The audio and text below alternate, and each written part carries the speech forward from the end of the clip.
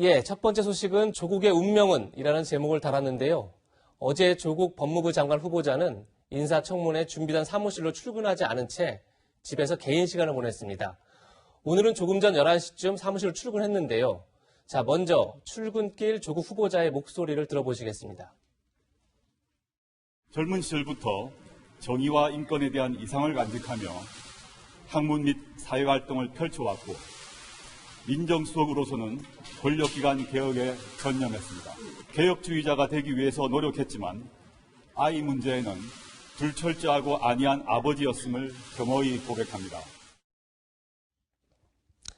예, 지난 금요일 오후 조국 후보자는 승부수를 던졌죠. 사모펀드 10억여 원을 기부하고 웅동학원을 사회에 환원하겠다 이렇게 발표를 했는데요. 일각에서는 오히려 신매관 매직이 아니냐 이런 날선 목소리도 나옵니다. 이번 주 금요일인 30일은 조국 후보자 인사청문회를 열어야 하는 법적 시한인데요. 과연 조국 후보자의 운명은 어떻게 될까요? 첫 번째 이슈는 이도훈 문화일보 논설위원, 김태현 변호사, 구자홍 동아일보 주간동아팀 차장, 강선우 전 민주당 대변인과 이야기를 나눠보겠습니다. 예, 그동안 조국 후보자는 딸 의혹에 대해서 함구하거나 그리고 가짜뉴스다 이렇게 반박했었는데 오늘은 달랐습니다. 한번 얘기를 들어보시죠. 제 딸이 문제 논문 덕분에 대학 또는 대학원에 부정 입학했다는 의혹은 명백한 가짜뉴스입니다. 저는 집안의 가장으로 아이의 아버지로 더 세심히 살폈어야 했다고 생각합니다. 당시 제도가 그랬다. 법적으로 문제가 없다. 라고 말하며 내 몰라라 하지 않을 것입니다.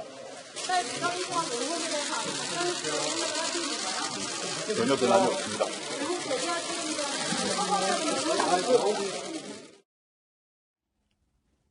예, 딸과 관련된 의혹에 대해서 가짜뉴스다 이렇게 강하게 부인했는데 오늘은 아버지로서 불철저하고 아니했다 이렇게 고백하는 그런 말도 했습니다. 그러면서도 정면 돌파 의지는 분명히 했습니다. 그 음성도 한번 들어보시죠. 저의 불찰로 지금 많은 국민들에게 꾸지람을 듣고 있고 제 인생 전반을 다시 돌아보고 있습니다. 하지만 권력기관 개혁이라는 문재인 정부의 핵심 국정 과제를 이행하라는 국민의 뜻과 대통령님의 국정 철학은 반드시 지켜져야 합니다. 심기일전하여 문재인 정부의 개혁 임무 완수를 위해 어떤 노력이든 다하겠습니다. 저와 제 가족이 고통스럽다고 하여 제가 짊어진 짐을 함부로 내려놓을 수도 없습니다. 결국은 권력기관 개혁을 위해서는 본인이 법무부 장관을 할 수밖에 없다. 더 여기서 자진사퇴하거나 물러날 수 없다. 이런 뜻을 분명히 했습니다. 자, 그에 앞서서 23일에도 입장문을 냈었죠. 그를 위해서는 그러니까 지금 의혹들이 많으니 일단 사모펀드를 기부하고 그리고 학원도 내놓겠다 이렇게 얘기를 했었는데 그 얘기를 듣고 이야기를 나눠가겠습니다.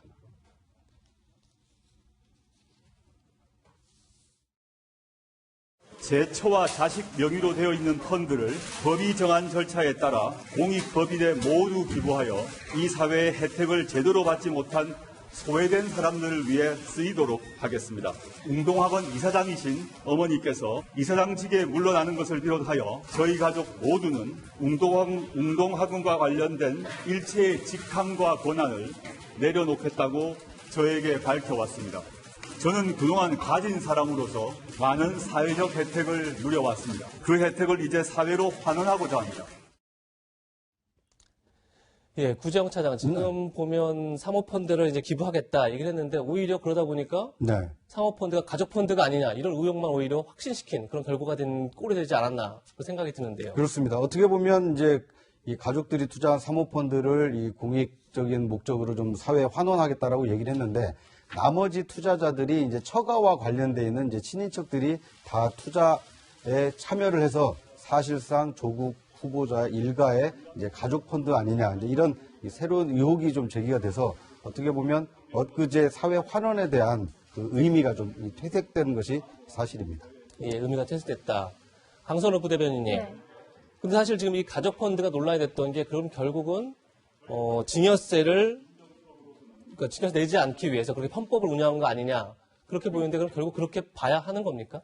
그렇지는 않다고 생각을 합니다. 그런 의혹이 제기가 된 것이죠. 그러니까 이 구조를 뜯어보면 만약에 그 지금 현재 조국 후보자의 부인이 그것을 해지한다면 그것에 대한 어떤 수익이나 이율이 자녀들에게 돌아갈 가능성이 있으니 그런 의혹을 제기하는 건데, 근데 사실관계만 놓고 보면 지금까지는 그런 뭐 어떤 정황이나 그런 게 밝혀진 건 없다고 봅니다. 그 조국 후보자가 23일에 이렇게 기부를 하겠다고 밝힌 거는 이제 그 조국 후보자의 말에서도 알 수 있듯이 뭔가 굉장히 구체적인 방법이나 절차를 제시한 건 아니에요. 본인이 어떤 이런 청문회나 아니면 국민들에게 임하는 태도나 자세를 조금 더 의지를 밝힌 거라고 보여지고요. 그래서 이것과 관련해서 그렇다면 웅동학원도 지금 또 논란이 되고 있지 않습니까? 웅동학원 또한 사회에 기부하겠다 했으니까 일단 본인의 의지를 밝힌 것이고 거기에 따르는 이제 절차나 이런 거는 추후 논의가 될 거라고 저는 생각합니다. 예, 지금 웅동학원 그렇게 말씀하셨었는데 이동훈 의원님, 근데 웅동학원 같은 경우도 사실 빚더미란 말입니다. 그리고 빚더미 학원을 사회에 환원하기도 쉽지 않지만 결국은 해봐야 속빈 강정이 아니냐 이런 지적도 나오는데요. 그래서 지금 대체로 웅동학원의 자산이 한 130억 정도 안팎이 되는 걸로 이제 추산이 되고 있는데, 웅동학원이 그동안 그 진 빚이 많습니다. 여러 번 보도됐지만 결국은 이제 그 조국 후보자의 동생, 결국은 그 동생의 이제 전 부인 되시는 분이 대체로 한 100억 정도의 채권을 가진 걸로 지금 알려져 있습니다.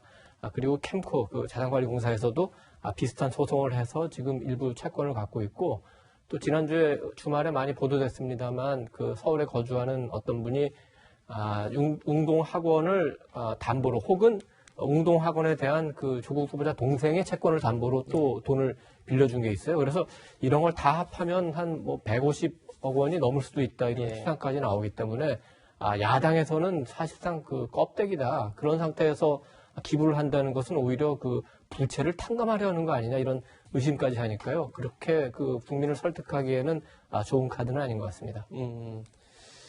예, 그러다 보니까 이제 많은 국민들은 조 후보자 가족이 누렸던 어떤 그 혜택에 대해서 지금 분노하고 있는데 갑작스러운 사회 환원이 좀 뜬금없다 이런 이제 얘기도 나옵니다. 그리고 과거에도 사실 비슷한 사례가 있었죠. 안대희 전 대법관이 국무총리 후보자로 지명됐을 때 고액 수술을 받았다 그래갖고 11억 원을 사회에 환원했던 그런 얘기가 있었었는데요. 사실 그때도 당시 야당의 공격이 만만치 않았습니다. 안 전 대법관의 사회 환원에 대한 비판, 그때는 여당이 어떻게 했는지 한번 들어보시죠. 네, 자신의 재산을 사회에 환원한다고 하면 존경받아야 하고 국민들이 기분 좋아해야 합니다. 그런데 느닷없이 11억 원을 내놓겠다는 안대희 총리 후보자의 사회 환원에는 오히려 궁금증이 더해지고 뜬금없고 기분 나쁘다는 것이 국민들의 반응입니다. 국민들은 그 어느 누구도 안대희 후보자에게 번 돈을 내놓으라고 한 적이 없습니다. 전관예우로 벌어들인 돈 총액 14억 원 환원하면서 총리 자리를 얻어보겠다는 신종 매관매직 아니냐는 것이 국민들이 묻는 질문입니다.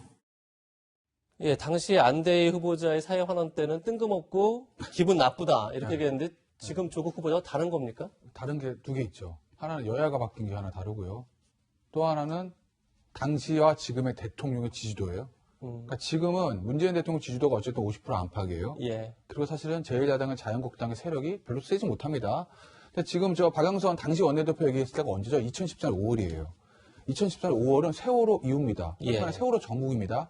박근혜 당시 대통령이 굉장히 지지도가 확 빠지면서 수세에 몰릴 때고 야당인 새정치민주연합 힘이 좀 좋을 때거든요. 예. 그 여야 간의 역학관계가 그때랑 지금 완전히 다르죠. 그러니까 그때는 여당이 좀 청와대가 굉장히 약세에 있고 야당에 조금 올라가는 시점이었기 때문에 야당의 저런 공세들이 먹혔어요, 어느 정도는. 예. 근데 지금은 어쨌든 적폐청산 이후에 그 탄핵 정국 이후에 어쨌든 지금까지 현재까지는 청와대의 시간이고 그거를 견제하고 있는 제1야당 힘이 좀 미약하기 때문에 그렇기 때문에 청와대가 야당의 반발이라든지 어쨌든 언론의 반발을 무릅쓰고 조금 강행을 하는 그게 좀 강행을 하려고 하는 흐름들이 좀 있는 것 아니겠어요? 예.